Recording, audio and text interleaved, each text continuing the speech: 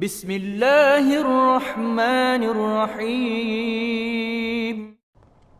3-4 دنوں بعد جوردیک حلب سے روانہ ہوا۔ وہ اپنے قلعے حماد کو جا رہا تھا۔ اس کی موجودگی میں قاتلوں کی تلاش اور سراغ رسانی ہوتی رہی۔ اس کی خواہش کے مطابق کسی گھر کی تلاشی نہیں لی گئی تھی۔ وہ مطمئن ہو کر جا رہا تھا، مگر صلیبیوں کو اس کے متعلق اطمینان نہیں تھا۔ اس کے ساتھ 10-12 محافظ تھے۔ جوردیک سمیت سب گھوڑوں پر سوار تھے۔ راستے میں ٹیلوں اور چٹانوں کا علاقہ آتا تھا۔ جوردیک اس علاقے میں داخل ہوا تو بیک وقت کہیں سے 2 تیر آئے۔ دونوں اس کے گھوڑے کے سر میں پیوست ہو گئے۔ تیر اندازوں نے تیر جوردیک پر چلائے ہوں گے۔ گھوڑا بے لگام ہو کر دوڑ پڑا۔ 2 تیر اور آئے، وہ بھی گھوڑے کو لگے۔ اب کے نشانہ خطا ہونے کی وجہ یہ ہو سکتی تھی کہ گھوڑا بدک کر ادھر ادھر دوڑ رہا تھا۔ جوردیک ایک شاہ سوار تھا۔ وہ دوڑتے گھوڑے سے کود کر ایک چٹان کی اوٹ میں ہو گیا۔ اس کے محافظ ادھر ادھر بکھر گئے۔ وہ تیر اندازوں کے تعاقب میں گئے تھے۔ علاقہ ایسا تھا کہ کسی کو پکڑنا آسان نہیں تھا۔ جوردیک سمجھ گیا کہ یہ کرائے کے قاتل ہیں جنہیں صلیبیوں نے اسے قتل کرنے کے لیے بھیجا ہے۔ انہیں یہ شک تھا کہ جوردیک سلطان ایوبی کا دوست ہے۔ وہ جنگجو تھا۔ چٹان کی اوٹ سے نکل کر اوپر چلا گیا۔ اسے صرف چٹانیں نظر آئیں یا اپنے محافظ جو ادھر ادھر تیر اندازوں کو ڈھونڈتے پھر رہے تھے۔ ادھر آ جاؤ، کسی نے چلا کر کہا، ادھر آ جاؤ، پکڑ لیے ہیں۔ محافظ ادھر کو بھاگے۔ محافظوں نے 3 آدمیوں کو گھیرے میں لے رکھا تھا۔ تینوں نقاب پوش تھے، مگر ان کے پاس کمانیں نہیں تھیں۔ ترکش بھی کسی کے پاس نہیں تھی۔ ان کے ساتھ گھوڑے تھے۔ انہیں اس حالت میں پکڑا گیا تھا کہ وہ گھوڑوں پر سوار ہو رہے تھے۔ تینوں نے چہرے چھپا رکھے تھے۔ ان کی صرف آنکھیں نظر آتی تھیں۔ انہیں پکڑ کر جوردیک کے پاس لے گئے۔ تمہاری کمانیں اور ترکش کہاں ہیں؟ جوردیک نے ان سے پوچھا۔ ہمارے پاس صرف تلواریں ہیں، ایک نے جواب دیا۔ سنو بھائیو، جوردیک نے بڑے تحمل سے کہا، تمہارے 4 تیر خطا ہو گئے۔ تم مجھے قتل نہیں کر سکے۔ تم پکڑے بھی گئے ہو۔ تم ہار گئے ہو۔ اب جھوٹ سے بچو۔ کیسے تیر؟ ایک نے حیرت زدہ ہو کر کہا۔ ہم نے کسی پر تیر نہیں چلائے، ہم مسافر ہیں، ذرا آرام کرنے کے لیے رکے تھے، اب جا رہے تھے کہ ان لوگوں نے پکڑ لیا۔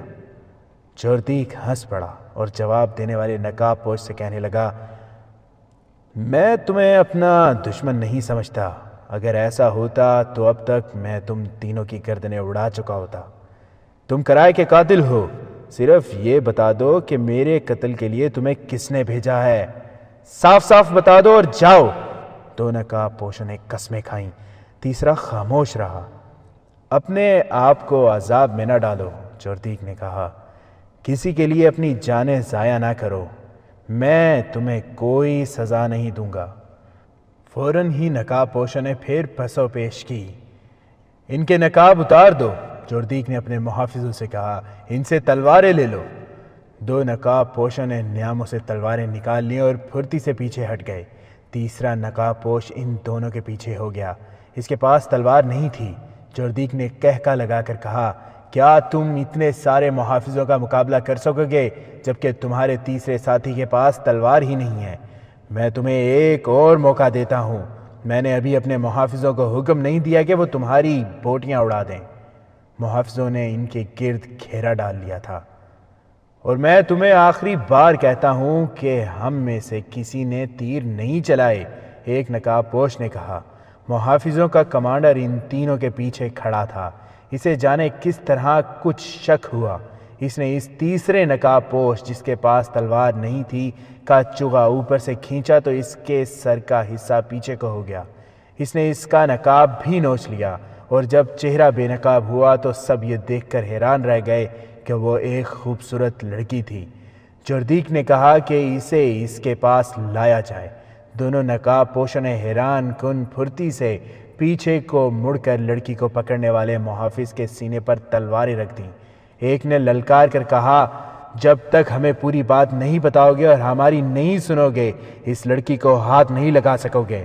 ہم جانتے ہیں ہمیں تمہارے ہاتھوں مرنا ہے، لیکن ہم ان میں سے آدھے محافظوں کو مار کر مریں گے، تمہیں یہ لڑکی زندہ نہیں مل سکتی۔ جوردیک ایک ٹھنڈے مزاج کا آدمی معلوم ہوتا تھا۔ اس نے محافظوں کو پیچھے ہٹا دیا اور نقاب پوشوں سے کہا، تم مجھ سے اور کیا بات سننا چاہتے ہو؟ بات اتنی سی ہے کہ تم کرائے کے قاتل ہو اور یہ لڑکی تمہیں انعام کے طور پر ملی ہے۔ دونوں باتیں غلط ہیں، ایک نقاب پوش نے کہا۔ ایک صلیبی حاکم اور ایک جاسوس صلیبی لڑکی کو قتل کرنا گناہ نہیں۔ یہ ہماری بدقسمتی ہے کہ ہم فرار میں پکڑے گئے ہیں، لیکن ہم خوش ہیں کہ ہم نے اپنا فرض ادا کر دیا ہے۔ یہ لڑکی مسلمان ہے، مظلوم ہے، اسے ہم صلیبیوں کے پنجے سے چھڑا کر لائے ہیں اور دمشق جا رہے ہیں۔ کیا ونڈسر اور صلیبی لڑکی کو تم نے قتل کیا ہے؟ جوردیک نے پوچھا۔ ہاں، ایک نقاب پوش نے جواب دیا، ہم نے ان دونوں کو قتل کیا ہے۔ اور کیا تم نے مجھ پر اس لیے تیر چلائے کہ ہم سلطان صلاح الدین ایوبی کے دشمن ہیں؟ جوردیک نے پوچھا۔ ہم اچھی طرح جانتے ہیں کہ تمہارا نام جوردیک ہے اور تم حمات کے قلعہ دار ہو، نقاب پوش نے کہا، اور ہم یہ بھی جانتے ہیں کہ تم سلطان ایوبی کے دشمن ہو، لیکن تمہیں قتل کرنے کی کوئی ضرورت نہیں۔ اللہ ہمارے ساتھ ہے، اس کی مدد سے ہم بہت جلد تم سے ہتھیار ڈلوا کر تمہیں تمہاری فوج سمیت اپنا قیدی بنا لیں گے۔ سلطان ایوبی حسن بن صبا اور شیخ سنان نہیں، وہ للکار کر لڑا کرتا ہے، چوروں کی طرح قتل نہیں کرایا کرتا۔ ونڈسر اور لڑکی کا قتل ہمارا ذاتی فعل تھا، حالات کا تقاضا تھا کہ وہ قتل کر دیے جائیں، ہم نے قتل کا ارتکاب کیا، یہ سلطان ایوبی کا حکم اور منشا نہیں تھا۔ اس نے جوردیک کے گھوڑے کی طرف دیکھا جو کچھ دور مرا پڑا تھا، 2 تیر اس کی پیشانی میں اور 2 پہلو میں اترے ہوئے تھے۔ نقاب پوش نے کہا، گھوڑے پر سوار ہو جاؤ، ہم دونوں میں سے کسی کو تیر کمان دو، تم گھوڑا دوڑاؤ، جس طرح بھی دوڑا سکتے ہو دوڑاؤ، دائیں بائیں ہوتے جاؤ، ہم دونوں میں سے کوئی ایک گھوڑے پر سوار ہو کر تم پر تیر چلائے گا، اگر پہلا تیر خطا ہو جائے تو تیر انداز کی گردن اڑا دینا۔ یہ تیر ہمارے چلائے ہوئے نہیں تھے جو تمہاری بجائے تمہارے گھوڑے کو لگے۔ تم معمولی سپاہی نہیں لگتے، جوردیک نے کہا، کیا تم سلطان صلاح الدین ایوبی کی فوج کے آدمی ہو؟ اور تم کون ہو؟ نقاب پوش نے کہا، کیا تم صلاح الدین ایوبی کی فوج کے آدمی نہیں ہو؟ کیا تم اسلام کے سپاہی نہیں ہو؟ تم اپنی اصلیت کو بھول گئے ہو، قلعہ داری کے عہدے نے تمہارا دماغ خراب کر دیا ہے، تم نے اس سے زیادہ رتبہ حاصل کرنے کے لیے کافروں سے دوستانہ گانٹھ لیا ہے۔ تم درخت سے ٹوٹی ہوئی وہ ٹہنی ہو جس کی قسمت میں سوکھ کر تنکا تنکا ہو جانا لکھ دیا گیا ہے۔ دوسرے نقاب پوش نے کہا، تم اتنے اہم انسان نہیں ہو کہ سلطان ایوبی تمہارے قتل کی ضرورت محسوس کرے، تم اپنے کیے کی سزا بھگتنے کے لیے زندہ رہو گے، تم مرو گے تو صلیبیوں کے ہاتھوں مرو گے۔ تم حلب شراب پینے اور عیش کرنے گئے تھے، پہلے نقاب پوش نے کہا، تم اس لڑکی کے ناچ سے لطف اندوز ہونے گئے تھے۔ میں مسلمان لڑکی ہوں، لڑکی بولی، مجھے صلیبیوں کی محفلوں میں نچایا گیا اور وہ میرے جسم کے ساتھ کھیلتے رہے۔ ذرا سی دیر کے لیے تصور کرو کہ میں تمہاری بیٹی ہوں، میں نے وہاں مسلمانوں کی بیٹیوں کو ننگا ناچتے دیکھا ہے، تم اتنے بے غیرت ہو گئے ہو کہ اپنی بیٹیوں کی آبرو ریزی بھی تم میں غیرت بیدار نہیں کر سکتی۔ میں صلیبیوں میں 7-8 سال گزار کر آئی ہوں، میں نے ان صلیبی حاکموں کے ساتھ بھی وقت گزارا ہے جنہیں تم نے اپنا دوست بنا کر یہاں بلایا ہے، میں نے ان کی باتیں سنی ہیں، وہ دوستی کا فریب دے کر مسلمانوں کو آپس میں لڑا رہے ہیں۔ جوردیک پر خاموشی طاری ہو گئی تھی، اس کے محافظ حیران تھے کہ اتنا خود سر اور دلیر قلعہ دار ان تینوں کی اتنی سخت باتیں برداشت کر رہا ہے۔ وہ گہری سوچ میں کھو گیا تھا، اسے وہ جھڑپ یاد آ رہی تھی جو اس نے ریمانڈ کے فوجی نمائندے سے اس مسئلے پر کی تھی کہ حلب کے باشندوں کے گھروں کی تلاشی لی جائے۔ اسے یہ خیال آیا کہ اس پر تیر چلانے والے صلیبیوں کے آدمی ہوں گے۔ اس نے نرم سے لہجے میں نقاب پوشوں سے کہا، میں تمہیں اپنے قلعے میں لے جانا چاہتا ہوں، قیدی بنا کر نہیں۔ جوردیک نے یہ کہہ کر سب کو حیران کر دیا، مہمان بنا کر، مجھ پر بھروسہ رکھو، اپنی تلواریں اپنے پاس رکھو۔ سب گھوڑوں پر سوار ہو گئے، جوردیک کا گھوڑا مر چکا تھا، اس نے ایک محافظ کا گھوڑا لے لیا اور یہ قافلہ چل پڑا۔ وہ چٹانی علاقے سے نکلنے والے تھے کہ سرپٹ دوڑتے گھوڑوں کی ٹاپوسنیاں سنائی تھیں۔ سب نے اپنے گھوڑوں کو ایڑ لگائیں اور نظر آ گیا کہ 2 گھڑ سوار پوری رفتار سے حلب کی سمت بھاگے جا رہے تھے۔ ان کی کمانیں اور ترکش صاف نظر آ رہے تھے۔ وہ یقیناً یہاں سے بھاگے تھے۔ یہ ہو سکتے ہیں تمہارے قاتل، ایک نقاب پوش نے کہا اور گھوڑے کو ایڑ لگا دی۔ دوسرے نقاب پوش نے بھی گھوڑا دوڑا دیا۔ دونوں نے تلواریں نکال لیں، لڑکی وہیں رہی۔ تمام محافظوں نے گھوڑے تعاقب میں ڈال دیے۔ ان میں سب سے زیادہ تیز گھوڑے نقاب پوشوں کے تھے۔ آگے کچھ علاقہ ریت کے ڈھیریوں کا اور گھاٹیوں کا تھا۔ بھاگنے والے سواروں نے گھوڑے موڑے۔ نقاب پوش تجربہ کار سوار معلوم ہوتے تھے۔ انہوں نے گھوڑوں کا رخ موڑ کر فاصلہ کم کر لیا۔ بھاگنے والوں نے کندھوں سے کمانیں اتار لیں اور ان میں ایک ایک تیر ڈال لیا۔ گھوڑوں کے رخ بدل کر انہوں نے تعاقب کرنے والوں پر تیر چلائے۔ تیر خطا گئے مگر تعاقب میں خطرہ پیدا کر گئے۔ نقاب پوش پہنچ گئے۔ فاصلہ چند گز رہ گیا تو بھاگنے والوں نے تیر چلانے کی کوشش کی مگر نقاب پوشوں نے انہیں مہلت نہ دی۔ ایک نے بھاگنے والے کے گھوڑے کے پچھلے حصے میں تلوار دی۔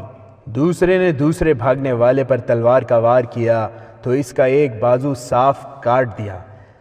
دوسرے کا گھوڑا زخمی ہو کر بے لگام ہو گیا تھا۔ اسے محافظوں نے پکڑ لیا۔ انہیں جب جوردیک کے سامنے لے جایا گیا تو اصل صورت واضح ہو گئی۔ نقاب پوشوں نے نقاب اتار دیا اور انہوں نے بتایا کہ وہ سلطان ایوبی کے جاسوس ہیں۔ ان میں ایک خلط تھا اور دوسرا اس کا ساتھی، اور جو بھاگتے ہوئے پکڑے گئے تھے وہ مسلمان ہی تھے لیکن جوردیک کو قتل کرنے آئے تھے۔ ان میں سے جس کا بازو کٹ گیا تھا اسے بڑی بے رحمی سے کچھ دور پھینک دیا گیا۔ دوسرے سے کہا گیا کہ وہ زندہ واپس جانا چاہتا ہے تو بتا دے کہ اسے کس نے بھیجا تھا، ورنہ اس کا بھی بازو کاٹ کر یہیں پھینک دیا جائے گا۔ اس نے بتایا کہ ان دونوں کو ریمانڈ کے فوجی نمائندے نے 2 مسلمان امراء کی موجودگی میں کہا تھا کہ فلاں دن اور فلاں وقت جوردیک حلب سے روانہ ہو رہا ہے اور وہ فلاں وقت چٹانی علاقے میں سے گزرے گا۔ ان دونوں کو بے تحاشا انعام پیش کیا گیا تھا۔ انہیں جوردیک کے قتل کی یہ ترکیب بتائی گئی تھی کہ چٹانی علاقے میں چھپ جائیں اور جوردیک کو تیروں کا نشانہ بنا کر بھاگ آئیں۔ مقررہ وقت پر دونوں اس علاقے میں پہنچ گئے اور گزرنے والے راستے کو دیکھ کر ایک بلند چٹان پر چھپ گئے۔ بہت سے انتظار کے بعد جوردیک آ گیا۔ 2 محافظ گھڑ سوار آگے تھے، ایک اس کے دائیں اور دوسرا بائیں، باقی پیچھے تھے۔ تیر اندازوں نے نشانے تو ٹھیک لیے تھے لیکن پہلو والا محافظ آگے آ جاتا تھا۔ جوردیک اور قریب آیا تو تیر چلاتے وقت آگے والا محافظ آگے آ گیا۔ تیر چلا دیے گئے لیکن نشانہ ذرا نیچے ہو گیا۔ دونوں تیر گھوڑے کی پیشانی میں لگے۔ دوسرے 2 تیر اس لیے خطا ہو گئے کہ گھوڑا 2 تیر کھا کر بدک گیا تھا اور جب تیر چلائے گئے تو وہ بہت زور سے اچھل پڑا تھا۔ اس سے تیر جوردیک کو لگنے کی بجائے گھوڑے کے پہلو میں لگے۔ وہاں چھپنے کی جگہیں بہت تھیں اور موزوں بھی تھیں۔ انہوں نے گھوڑے ایسی ہی ایک جگہ چھپا دیے تھے اور ان کے منہ باندھ دیے تھے تاکہ ہنا نہ سکیں۔ تیر انداز بھاگ کر کہیں چھپ گئے۔ انہوں نے محافظوں کو دیکھا جو بکھر کر انہیں ڈھونڈ رہے تھے۔ وہ چھپ کر انہیں دیکھتے رہے۔ پھر ایک طرف سے شور اٹھا کہ ادھر آ جاؤ، پکڑ لیے ہیں۔ تیر اندازوں نے دیکھا کہ محافظ 3 نقاب پوشوں کو پکڑ کر لے جا رہے تھے۔ تیر انداز بہت خوش ہوئے کہ ان کی جان بچی مگر وہ ابھی وہاں سے بھاگنا نہیں چاہتے تھے کیونکہ ابھی پکڑے جانے کا خطرہ تھا۔ ایک محافظ ایک چٹان پر کھڑا رہا، اسے وہاں دیکھ بھال کے لیے کھڑا کیا گیا تھا۔ بہت دیر بعد اس محافظ کو وہاں سے بلایا گیا۔ دونوں تیر انداز اپنے گھوڑوں کے پاس گئے، ان کے منہ کھولے اور سوار ہو کر فرار ہوئے۔ انہیں معلوم نہیں تھا کہ جوردیک اپنے محافظوں کے ساتھ وہاں سے چل پڑا ہے۔ اس تیر انداز کو جوردیک نے اپنے ساتھ لے لیا اور سب حمات کی سمت روانہ ہو گئے۔ دوسرا تیر انداز کٹے ہوئے بازو سے خون بہہ جانے کی وجہ سے تڑپ تڑپ کر مر چکا تھا۔ راستے میں خلط نے اسے حمیرہ کے متعلق ساری بات سنائی اور یہ بھی سنایا کہ اس نے ونڈسر کو کس طرح قتل کیا تھا۔ جوردیک کے لیے حیران کن یہ تھا کہ وہ حلب سے نکل کر کس طرح آئے۔ خلط نے اسے بتایا کہ وہاں ان کا ایک کمانڈر بھی تھا جس کا وہ نام اور حلیہ نہیں بتانا چاہتا تھا۔ اس نے یہ طریقہ اختیار کیا کہ کپڑے وغیرہ لپیٹ کر نوزائیدہ بچے کے قد بت کی شکل بنا دی اور اس پر کفن چڑھا دیا۔ 4-5 جاسوسوں نے ادھر ادھر بتایا کہ فلاں کا بچہ مر گیا ہے۔ کفن میں لپٹے ہوئے کپڑوں کو کمانڈر نے ہاتھوں پر اٹھایا۔ خلت، اس کا ساتھی حمیرہ اور 4-5 آدمی جنازے کی شکل میں ساتھ چل پڑے۔ قبرستان شہر سے باہر تھا۔ وہاں 3 گھوڑے کھڑے تھے۔ یہ گھوڑے ایک ایسا جاسوس لایا تھا جو حلب کی فوج میں تھا۔ یہ چرائے ہوئے گھوڑے تھے۔ جنازہ فوجیوں کے سامنے سے گزرا اور قبرستان میں گیا۔ وہاں قبر کھودی گئی، جنازہ پڑھا گیا۔ خلت، اس کا ساتھی اور حمیرہ گھوڑوں پر سوار ہوئے اور نکل گئے۔ قلعے میں جوردیک کا قافلہ رات کو پہنچا۔ خلت وغیرہ کو اس نے باعزت مہمانوں کی طرح رکھا۔ اس نے خلت سے پوچھا، مجھے اب اپنا دوست سمجھو، مجھے یہ بتاؤ کہ سلطان صلاح الدین ایوبی کیا کر رہا ہے، تمہیں ضرور معلوم ہوگا۔ اس نے الصالح کا تعاقب کیوں نہیں کیا تھا؟ میں اگر سلطان کا منصوبہ جانتا بھی ہوں تو آپ کو نہیں بتاؤں گا، خلت نے جواب دیا، اور میں آپ کو یہ بھی نہیں بتاؤں گا کہ میں نے حلب سے کیا کیا معلومات حاصل کی ہیں۔ صلاح الدین ایوبی کے ساتھ میری ذاتی دشمنی تھی، جوردیک نے کہا، پھر میں اس کے خلاف ہو گیا۔ اس کی وجہ جو کچھ بھی تھی، میں غلطی پر تھا۔ مجھے اس غلطی کا احساس دشمن نے دلایا ہے۔ میں نے صلیبیوں کی نیت معلوم کر لی ہے۔ ایک طرف وہ میری فوج اور میرے قلعے کو استعمال کرنا چاہتے ہیں، دوسری طرف انہوں نے مجھے قتل کرانے کی کوشش کی۔ مجھے نور الدین زنگی مرحوم اور صلاح الدین ایوبی کی باتیں اور اصول یاد آ گئی ہیں۔ ان کا کہنا ہے کہ یہ جنگ حلال اور صلیب کی ہے۔ یہ کسی عیسائی بادشاہ کی کسی مسلمان بادشاہ کے خلاف جنگ نہیں۔ ایوبی کہا کرتا ہے کہ جب تک دنیا میں ایک بھی مسلمان زندہ ہے، صلیبی اسے ختم کرنے کی کوشش میں لگے رہیں گے۔ غیر مسلم خواہ کسی بھی مذہب کا ہو، مسلمان کا دوست نہیں ہو سکتا۔ غیر مسلم دوستی کا ہاتھ بڑھائیں گے تو اس میں دشمنی کا زہر ملا ہوا ہوگا۔ نور الدین زنگی بھی اسی اصول کا پابند تھا۔ وہ ہمیشہ کہا کرتا تھا کہ جس روز مسلمان کسی غیر مسلم سے دوستی کریں گے، اس روز اسلام کا خاتمہ شروع ہو جائے گا۔ تو کیا آپ صلاح الدین ایوبی کا ساتھ دینے پر آمادہ ہو گئے ہیں؟ خلت نے پوچھا، اور یہ بھی کہا، میں ایک چھوٹا سا آدمی ہوں، معمولی سا سپاہی ہوں۔ مجھے ایسی جرت نہیں کرنی چاہیے کہ ایک قلعہ دار سے یہ پوچھوں کہ وہ کیا سوچ رہا ہے اور اس کے ارادے کیا ہیں، لیکن مسلمان کی حیثیت سے مجھے یہ حق حاصل ہے کہ کوئی مسلمان گمراہ ہو جائے تو اسے اتنا کہہ سکوں کہ تم گمراہ ہو گئے ہو۔ ہاں، جوردیک نے کہا، تمہیں یہ حق حاصل ہے۔ میں تمہیں ایک پیغام دینا چاہتا ہوں، یہ سلطان ایوبی کے کانوں میں ڈال دینا۔ میں تحریری پیغام نہیں دینا چاہتا ہوں، میں اپنا کوئی ایلچی بھی نہیں بھیجنا چاہتا۔ تم ایوبی سے کہنا کہ حمات کے قلعے کو اپنا سمجھو، مگر اپنے کسی معتمد سالار کو بھی پتہ نہ چلنے دینا کہ میں نے یہ پیشکش کی ہے۔ یہ ایک بڑا ہی نازک راز ہے۔ اسے کہنا کہ صلیبی دوستی کے پردے میں ہمارے علاقوں میں قدم جماتے جا رہے ہیں۔ تم سردیوں کے بعد شاید حملہ کرو، مگر یہ خیال رکھنا کہ ادھر سے تم پر پہلے ہی حملہ نہ ہو جائے۔ اگر تم نے پیش قدمی کی تو حمات کے راستے سے آنا، میں انشاءاللہ پرانی دوستی کا حق ادا کروں گا۔ دوسرے دن جوردیک نے خلت، اس کے ساتھی اور حمیرہ کو رخصت کر دیا۔ صلیبی انٹیلیجنس کے کمانڈر ونڈسر کا قتل بے شک اتفاق کیا تھا۔ اس نے سلطان ایوبی کے 2 جاسوسوں کے لیے ایسے حالات پیدا کر دیے تھے کہ وہ ان کے ہاتھوں قتل ہو گیا، لیکن یہ بہت بڑا کارنامہ تھا۔ اس کے قتل سے سلطان ایوبی کو فائدہ پہنچا کہ اس کے دشمن کی انٹیلیجنس جو پہلے ہی کمزور تھی، منظم نہ ہو سکی۔ اس کے مقابلے میں سلطان ایوبی کا نظام جاسوسی زیادہ منظم اور ذہین تھا۔ اس کے جاسوس صرف جاسوس نہیں تھے جو پکڑے جائیں تو خاموشی اختیار کر لیں۔ اس نے جاسوسوں کو بڑی ہی سخت کمانڈو ٹریننگ دے رکھی تھی تاکہ وہ پکڑے جانے کی صورت میں لڑ کر نکلیں اور جسے قتل کرنا ضروری ہو اسے قتل بھی کریں، اور ان کے جسم اتنے سخت ہوں کہ زیادہ سے زیادہ اذیت، بھوک، پیاس اور تھکن برداشت کر سکیں۔ یہ خوبیاں خلت اور ان کے ساتھیوں میں بھی تھیں۔ انہوں نے نہ صرف صلیبیوں کے اتنے اہم افسر کو مار کر دشمن کو اندھا کر دیا، لیکن جوردیک جیسے سخت مزاج قلعہ دار کے ساتھ ایسی باتیں کی کہ اسے سلطان ایوبی کا حامی بنائے۔ خلت نے سلطان ایوبی کو جب جوردیک کا پیغام دیا تو سلطان کو یوں سکون سا محسوس ہوا جیسے صحرا میں ٹھنڈی ہوا کا ایک جھونکا بھولے بھٹکے سے آ گیا ہو۔ اسے ہر طرف دشمن ہی دشمن نظر آتے تھے، اپنے بھی دشمن، پرائے بھی دشمن۔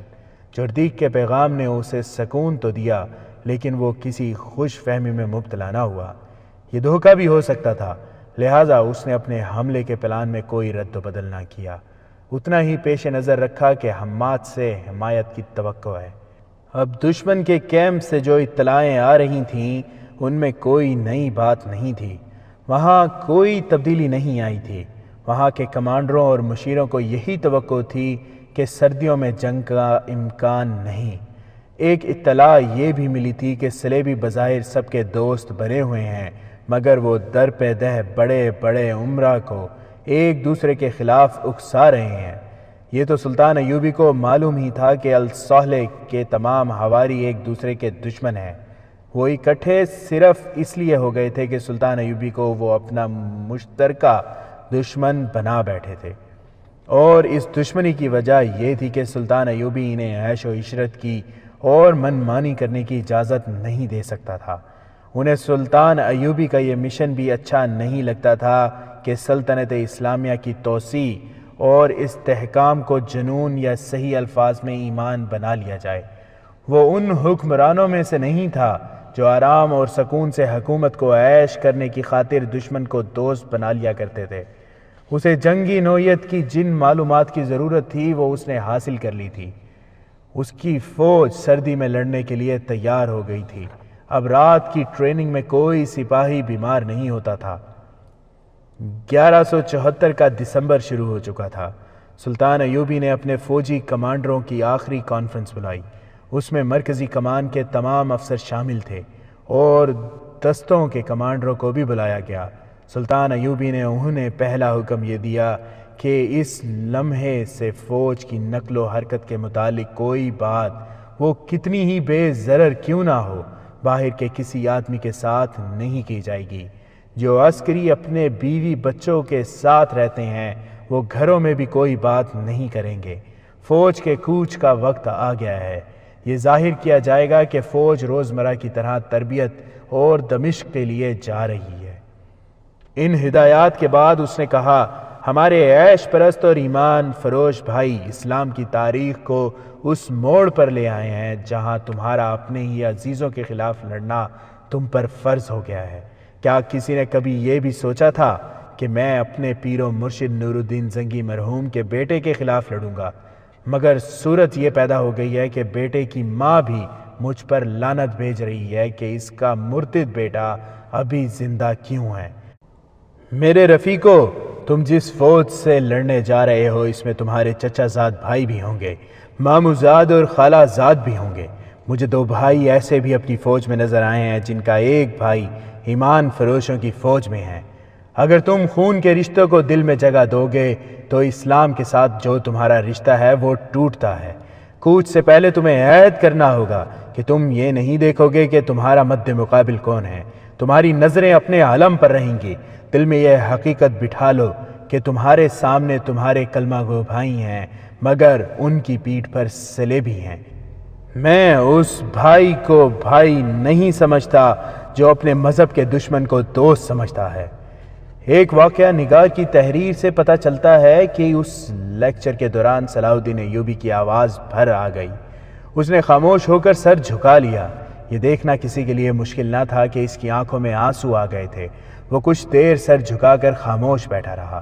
کانفرنس کے شرکا پر سکوت طاری ہو گیا۔ سلطان ایوبی نے سر اٹھایا اور دونوں ہاتھ دعا کے لیے اٹھائے اور آسمان کی طرف منہ کر کے گڑ گڑایا، خدائے عزوجل، میں تیرے نام کی خاطر، تیرے رسول صلی اللہ علیہ وسلم کی ناموز کی خاطر اپنے بھائیوں کے خلاف تلوار اٹھا رہا ہوں۔ اگر یہ گناہ ہے تو مجھے بخش دینا میرے خدا، مجھے تیری رہنمائی کی ضرورت ہے، مجھے اشارہ دو، میں گمراہ ہوں، گناہ گار ہوں۔ اس نے سر پھر جھکا لیا اور جانے اسے اپنی ذات سے کوئی اشارہ ملا یا خدا نے اسے کوئی اشارہ دے دیا۔ اس نے گرجدار آواز میں کہا، ہمیں قبلہ اول کو آزاد کرانا ہے۔ تمہیں بیت المقدس پکار رہا ہے۔ میرے راستے میں میرا باپ آیا تو اسے بھی قتل کر دوں گا، میرے بچے راستے میں حائل ہوئے انہیں بھی قتل کر دوں گا۔ اس کا چہرہ دمکنے لگا، جذباتیت کا غلبہ ختم ہو چکا تھا۔ وہ پھر وہی صلاح الدین بن گیا جو صرف حقائق کے متعلق مختصر سی بات کیا کرتا تھا۔ اس نے کمانڈروں کو بتایا کہ 2 روز بعد رات کو کوچ ہوگا۔ اس نے پلان کے مطابق فوجیوں کی جو تقسیم کی تھی وہ سب کو بتائی اور ہر حصے کے کمانڈر کو کوچ کا وقت بتایا۔ ہر اول کے کمانڈر کو ضروری ہدایات دیں۔ چھاپا مار کمانڈو حبشیوں کی تقسیم بتائی۔ پہلوؤں پر جن دستوں کو رکھنا تھا ان کے کمانڈروں کو کوچ کا انداز، راستہ اور وقت بتایا، اور اس نے سب کو یہ بھی بتایا کہ اس کا اپنا ہیڈ کوارٹر گھومتا پھرتا رہے گا۔ اس سے پہلے اس نے مصر کے راستے متحرک رہنے والے چھاپا مار دستے بھیج دیے تھے، اور مسافروں اور خانہ بدوشوں کے بحروپ میں اس نے اپنی انٹیلیجنس کی بہت سی نفری ان علاقوں میں بھیج دی تھی جہاں ریمانڈ کی فوج کے آنے کی توقع تھی۔ رسد کے متعلق اسے کوئی پریشانی نہیں تھی۔ کم و بیش 1 سال تک مصر سے رسد اور کمک منگوانے کی ضرورت نہیں تھی۔ اسلحہ اور جانوروں کا سٹاک بھی اس نے دمشق میں جمع کر لیا تھا۔ اس نے گھڑ سوار چھاپا ماروں کو مصر کے راستے کے ارد گرد کے علاقوں میں اس ہدایت کے ساتھ بھیج دیا تھا کہ ریمانڈ کی فوج ادھر آئے تو اس پر شب خون مارنے ہیں، اور اگر ضرورت محسوس ہو تو فوراً اطلاع دیں کہ تاکہ صلیبیوں کو گھیرے میں لینے کا انتظام کیا جائے۔ 6 یا 7 دسمبر 1174 کی رات کو ہر اول دستے نے دمشق سے کوچ کیا۔ وہ رات بہت ہی سرد تھی، یخ جھکڑ چل رہے تھے جو جسم کو کاٹتے تھے۔ سپاہی اور گھوڑے ان جھکڑوں کے عادی ہو چکے تھے۔ ہر اول کے کمانڈر کو بتا دیا گیا تھا کہ دیکھ بھال کا جیش پہلے روانہ ہو چکا ہے۔ اس کے سپاہی وردی میں نہیں تھے، وہ مسافروں کے بھیس میں گئے تھے۔ سلطان ایوبی نے انہیں یہ ہدایت دی تھی کہ تیز رفتار قاصد پیچھے آ کر ہر اول کے کمانڈر کو آگے کی اطلاعیں دیتے رہیں۔ ہر اول کو حمات کے قلعے تک جانا تھا جہاں قلعہ دار جوردیق تھا۔ کمانڈر کو سلطان ایوبی نے بتایا تھا کہ حمات کا قلعہ بغیر لڑے ملنے کا امکان ہے، لیکن وہ کسی دھوکے میں نہ آئے۔ وہ قلعے سے موزوں فاصلے پر رک جائے اور دیکھے کہ قلعے والوں کا رویہ کیسا ہے۔ اگر جوردیق صلح کرنا چاہے تو اسے قلعے سے باہر بلایا جائے اور سلطان ایوبی کے آنے تک اس کے ساتھ کوئی سمجھوتا نہ کیا جائے۔ سلطان ایوبی نے دیواریں توڑنے والے تجربہ کار آدمیوں کی ایک جماعت کو آگے بھیج دیا تھا۔ ہر اول کی روانگی سے 3-4 گھنٹوں بعد 2 زیادہ نفری کے دستے اس طرح روانہ کیے گئے کہ ہر اول کے دائیں اور دوسرے کو بائیں رہنا تھا۔ ان کے لیے ہدایت یہ تھی کہ اگر حمات کے قلعے سے ہر اول کا مقابلہ ہو جائے تو یہ دونوں طرف سے آگے بڑھ کر قلعے کا محاصرہ کر لیں اور اس پر اس قدر تیر برسائیں کہ دیوار توڑنے والی جماعت دیوار تک پہنچ جائے۔ ان دونوں حصوں کے درمیان سلطان ایوبی جا رہا تھا۔ ہر اول اور دونوں پہلوؤں کے دستے سلطان ایوبی کی فوج کا چوتھا حصہ تھے۔ اس نے باقی تمام فوج پیچھے رکھی تھی۔ اس نے کم سے کم نفری سے دشمن سے جھڑپ لینے کا پلان بنایا تھا۔ رسد کے لیے اس نے چھاپا مار دستے پھیلا دیے تھے۔ ایسے چھوٹے چھوٹے دستے حمات سے بہت آگے بھی بھیج دیے تھے تاکہ حمات سے کوئی قاصد حلب تک نہ جا سکے، اور اگر کہیں سے کمک آ جائے تو چھاپا مار اسے شب خونوں سے پریشان کرتے رہیں اور پیش قدمی روکے رکھیں۔ اگلا دن گزر گیا۔ رات گہری ہو چکی تھی جب ہر اول کے دستے حمات سے 2-3 میل دور تک پہنچ چکے تھے۔ 9 دسمبر 1174 کی صبح طلوع ہوئی تو قلعے پر کھڑے سنتریوں کو قہر اور دھند میں ایسے سائے سے نظر آئے جیسے بہت سے انسان اور گھوڑے ہوں۔ کوئی قافلہ ہو سکتا تھا۔ جوں جوں سورج اوپر اٹھتا گیا دھند چھٹتی گئی اور سائے نکھرتے رہے۔ سنتریوں نے دیکھا کہ یہ فوج ہے۔ انہیں ابھی یہ معلوم نہیں تھا کہ قلعے کے دائیں اور بائیں بھی فوج موجود ہے جو انہیں نظر نہیں آ سکتی۔ نکارہ بجا دیا گیا۔ ایک کمانڈر دوڑتا اوپر کو آیا۔ اس نے فوج دیکھی تو دوڑتا گیا اور قلعہ دار جوردیق کو اطلاع دی۔ گھبراؤ نہیں، جوردیق نے کمانڈر سے کہا، یہ کسی حملہ آور کی فوج نہیں ہو سکتی۔ سلیبی مجھے قتل نہیں کرا سکے، انہوں نے کوئی اور سازش کی ہوگی۔ انہوں نے الصالح سے یہ حکم لے لیا ہوگا کہ حماد کا قلعہ مجھ سے لے کر کسی اور کو دے دیا جائے۔ یہ فوج قلعے کے لیے آئی ہوگی، تم باہر جاؤ اور دیکھو کہ یہ کس کا دستہ ہے اور یہ لوگ کیا چاہتے ہیں۔ کمانڈر گھوڑے پر سوار باہر نکلا اور سلطان ایوبی کے ہر اول دستے کی طرف گیا۔ اس نے علم دیکھا تو یہ سلطان ایوبی کا تھا۔ وہ ذرا پیچھے ہی رک گیا۔ ہر اول دستے کا کمانڈر اس تک گیا۔ دونوں نے ایک دوسرے کو پہچان لیا۔ دونوں نور الدین زنگی کی فوج میں اکٹھے رہ چکے تھے۔ ایسا بھی ہونا تھا کہ ہم آپس میں لڑیں گے؟ ہر اول دستے کے کمانڈر نے اس کے ساتھ ہاتھ ملا کر کہا۔ زنگی زندہ تھا تو ہم دوست تھے اور رفیق تھے، وہ مر گیا تو ہم دشمن بن گئے۔ تم کیوں آئے ہو؟ قلعے کے کمانڈر نے پوچھا۔ تم قلعے کو نہیں بچا سکو گے، ہر اول کے کمانڈر نے کہا۔ میں تمہیں مشورہ دیتا ہوں کہ قلعہ دار سے کہو کہ قلعہ ہمارے حوالے کر دے اور خون خرابہ نہ ہونے دے۔ ہم تمہیں زیادہ مہلت نہیں دیں گے۔ تھوڑی دیر میں قلعہ محاصرے میں آ چکا ہوگا، تمہاری کمک وغیرہ کے راستے بند کیے جا چکے ہیں، ہتھیار ڈال دو۔ قلعے کا کمانڈر کوئی جواب دیے بغیر واپس چلا گیا اور جوردیک کو بتایا کہ صلاح الدین ایوبی نے حملہ کر دیا ہے اور وہ ہتھیار ڈالنے کو کہہ رہے ہیں۔ یہ دستے اس کے ہیں۔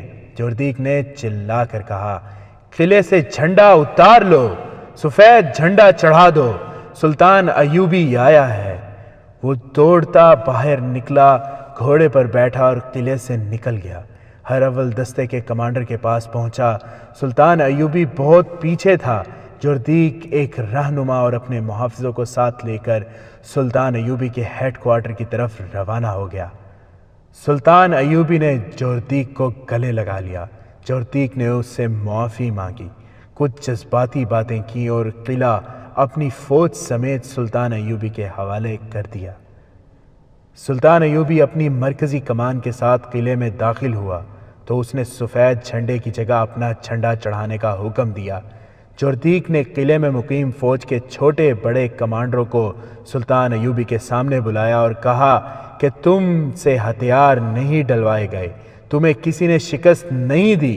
اپنے سپاہیوں سے بھی کہہ دو کہ اپنے آپ کو شکست خوردہ نہ سمجھیں۔ ہم سب مسلمان ہیں، اب ہم صلیبیوں اور ان کے دوستوں کے خلاف لڑیں گے۔ سلطان ایوبی جس مہم پر نکلا تھا اس کی پہلی منزل اسے کسی کاوش کے بغیر مل گئی۔ وہ خدا کے حضور سجدے میں گر گیا۔ اس کے بعد اس نے جوردیک کے ساتھ آگے کا پلان بنانا شروع کر دیا۔ مشکل ایک ہی تھی کہ جوردیک کے دستوں کو سردی میں لڑنے کی مشق نہیں کرائی گئی تھی، تاہم اس قلعے کو اڈا بنا لیا گیا۔ جوردیک کے دستوں کو ایسے طریقے سے تقسیم کیا گیا جس سے یہ دشواری ختم ہو گئی کہ وہ سردی میں نہیں لڑ سکیں گے، مگر سپاہیوں کو پتہ چلا تو انہوں نے احتجاج کیا اور مطالبہ کیا کہ وہ سلطان ایوبی کی فوج کے ساتھ آگے جائیں گے اور لڑیں گے۔ آگے حمص کا قلعہ تھا۔ سلطان ایوبی نے کوچ کا وقت ایسا رکھا تھا کہ حمص تک رات کو پہنچا جائے۔ اس نے اسی ہر اول کو آگے بھیجا، لیکن اب کہ اس نے ڈپلائی میں کچھ رد و بدل کر دیا، کیونکہ حمص میں اسے کوئی توقع نہیں تھی کہ قلعہ بغیر لڑے اس کے حوالے کر دیا جائے گا۔ اس نے دیکھ بھال کے لیے ایک پارٹی آگے بھیج دی تھی جس نے راستے میں اطلاع دی تھی کہ قلعے کا محلہ وقوع کیا ہے اور گرد و پیش کے احوال و کوائف کیا ہیں۔ سلطان ایوبی نے چند دستے اس طرف بھیج دیے جدھر سے مدد وغیرہ آنے کی توقع تھی۔ اس نے اپنی رسد حماد کے قلعے میں جمع کر لی اور رسد آگے لے جانے کے راستے کو کئی گشتی پارٹیوں اور چھاپا ماروں کے ذریعے محفوظ کر لیا۔ اس کے ساتھ حماد کا ایک دستہ بھی تھا۔ سلطان ایوبی کی کوشش یہ تھی کہ حلب تک اس کے حملے کی خبر نہ پہنچے تاکہ وہ دشمن کو بے خبری میں جا دبوچے۔ اس نے اس کا انتظام کر دیا تھا، اپنے آدمی حلب کے راستے پر پھیلا دیے تھے، جن کے لیے یہ حکم تھا کہ وہ کسی بھاگے ہوئے فوجی کو یا کسی ایسے غیر فوجی کو جسے یہ معلوم ہو کہ حملہ شروع ہو چکا ہے روک لیں۔ رات گہری ہو چکی تھی۔ قلعہ دار اور اس کے کمانڈر ایک وسیع کمرے میں شراب سے دل بہلا رہے تھے۔ انہوں نے 2 ناچنے والیاں بلا رکھی تھیں۔ کمرے میں طبل و سارنگ اور رقص و سرور کا پر رونق ہنگامہ بپا تھا۔ سپاہی بے فکری کی نیند سو گئے تھے۔ اور جو ڈیوٹی پر تھے وہ سردی سے بچنے کے لیے کسی نہ کسی اوٹ میں کھڑے تھے۔ رات یخ تھی۔ کمانڈروں نے سب کو بتا رکھا تھا کہ سردیوں کے موسم میں جنگ کا کوئی خطرہ نہیں۔ ہم اسی لیے نور الدین زنگی کے مرنے کی دعائیں کرتے تھے کہ اسی دنیا میں جنت دیکھ لیں۔ قلعہ دار نے شراب کا پیالہ اوپر کر کے کہا، اب صلاح الدین ایوبی آیا ہے، خدا اسے بھی جلدی اٹھا لے گا۔ اسے ہم اٹھائیں گے، ایک کمانڈر نے کہا، ذرا موسم کھل جانے دو۔ قلعے کی دیوار پر کھڑے ایک سنتری نے اپنے ساتھی سے کہا، وہ دیکھو آگ جل رہی ہے۔ جلنے دو، اس کے ساتھی نے کہا، کوئی قافلہ ہوگا۔ اتنے میں آگ کے 3-4 گولے ہوا میں بلند ہوئے جو قلعے کی طرف آئے اور ان دونوں سنتریوں کے اوپر سے گزر کر قلعے کے اندر جا گرے۔ ان کے پیچھے اور گولے آئے، یہ شعلوں کے گولے تھے۔ پھر کئی اور گولے آئے، ان میں سے کچھ سامان پر پڑے اور آگ لگ گئی۔ نقارے اور گھڑیال بج اٹھے۔ قلعہ دار کی محفل میں ادھم بپا ہو گیا۔ سب دوڑتے قلعے کی دیوار پر گئے، ان پر تیروں کا مینہ برسنے لگا۔ دروازے کے سنتریوں نے شور بپا کر دیا کہ دروازہ جل رہا ہے۔ سلطان ایوبی کے حملہ آور دستے نے دروازے پر آتش گیر مادہ پھینک کر آگ لگا دی تھی۔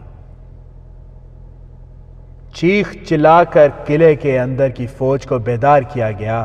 قلعے سے بھی مزاحمت شروع ہو گئی، لیکن باہر سے اتنے تیر آ رہے تھے کہ سر اٹھانا محال ہو رہا تھا۔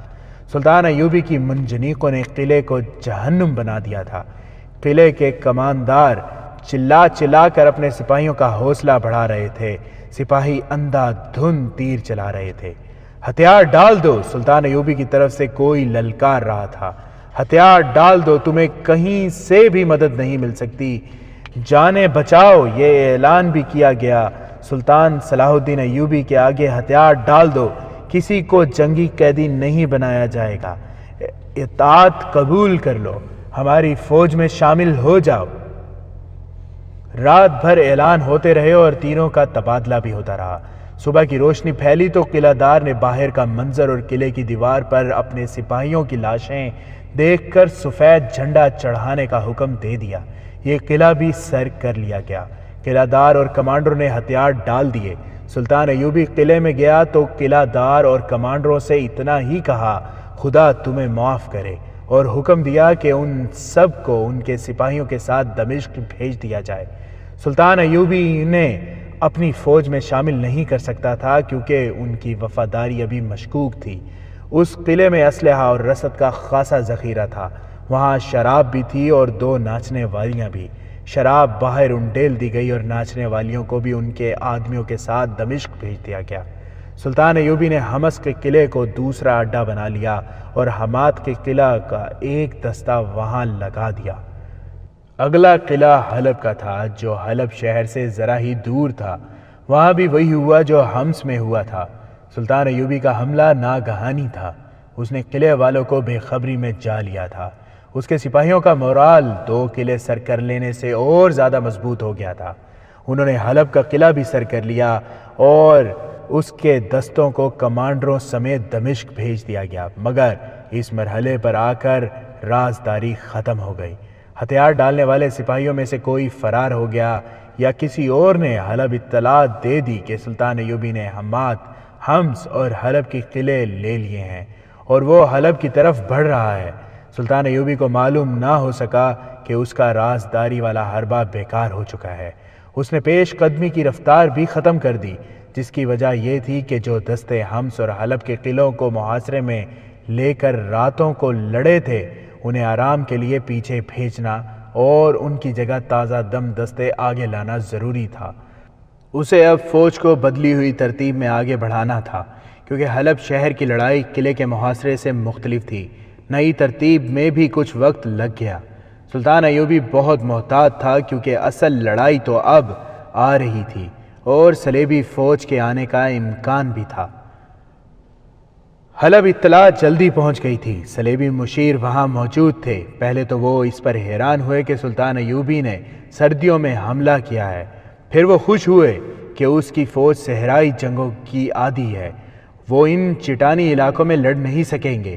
انہیں یہ احساس تھا کہ حلب کی فوج بھی اس علاقے میں نہیں لڑ سکے گی۔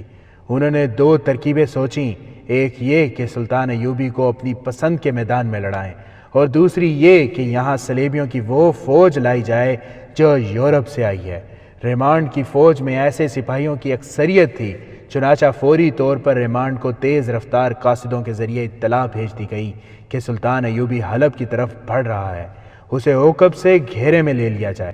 وقت حاصل کرنے کے لیے انہوں نے یہ انتظام کیا کہ سلطان ایوبی کو حلب کے محاصرے میں زیادہ سے زیادہ دیر تک الجھائے رکھا جائے تاکہ ریمانڈ کو اپنی فوج لانے کے لیے وقت مل جائے۔ صلیبی مشیروں نے رازداری پر پوری توجہ دی۔ انہیں معلوم تھا کہ شہر میں سلطان ایوبی کے جاسوس موجود ہیں، چنانچہ انہوں نے شہر کی ناکہ بندی کر دی۔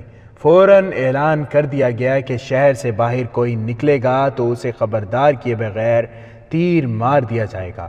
اس کے ساتھ ہی مسجدوں میں اعلان کیا گیا کہ سلطان ایوبی جنگی طاقت اور بادشاہی کے نشے میں حملہ آور ہوا ہے۔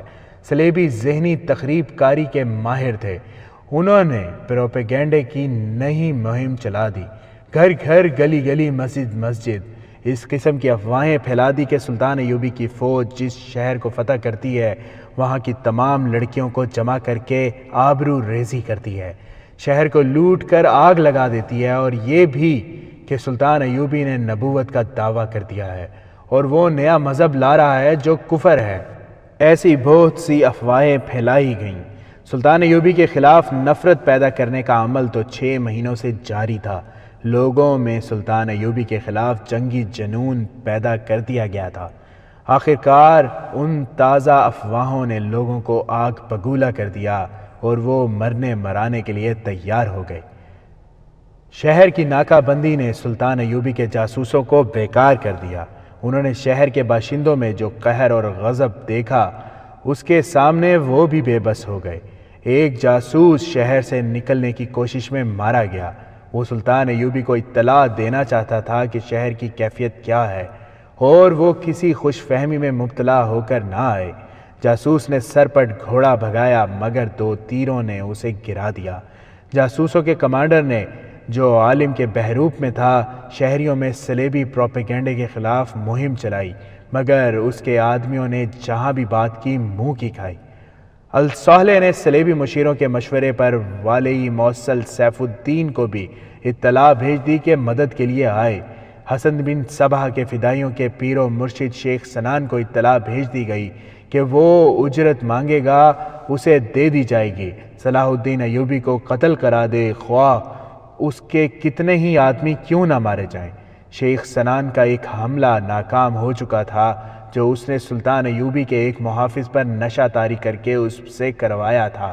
اب اس نے ان فدائیوں کو بلایا جو زندگی اور موت کو کچھ سمجھتے ہی نہیں تھے۔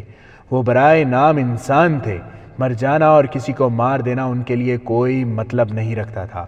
ان میں مفرور قاتل بھی تھے۔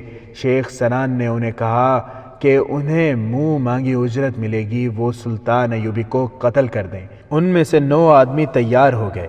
الصالح کے حامیوں میں سب سے زیادہ کینہ پرور اور شیطان فطرت آدمی گمشدگین تھا، جسے گورنر کا درجہ حاصل تھا۔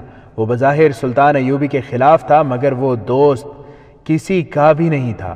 الصالح کو خوش کرنے کے لیے اس نے اس کی حمایت کی اور صلیبیوں کے ساتھ دوستی کا اظہار اس طرح کیا کہ اس کے قلعے میں بہت سے صلیبی جنگی قیدی تھے، ان سب کو رہا کر دیا گیا۔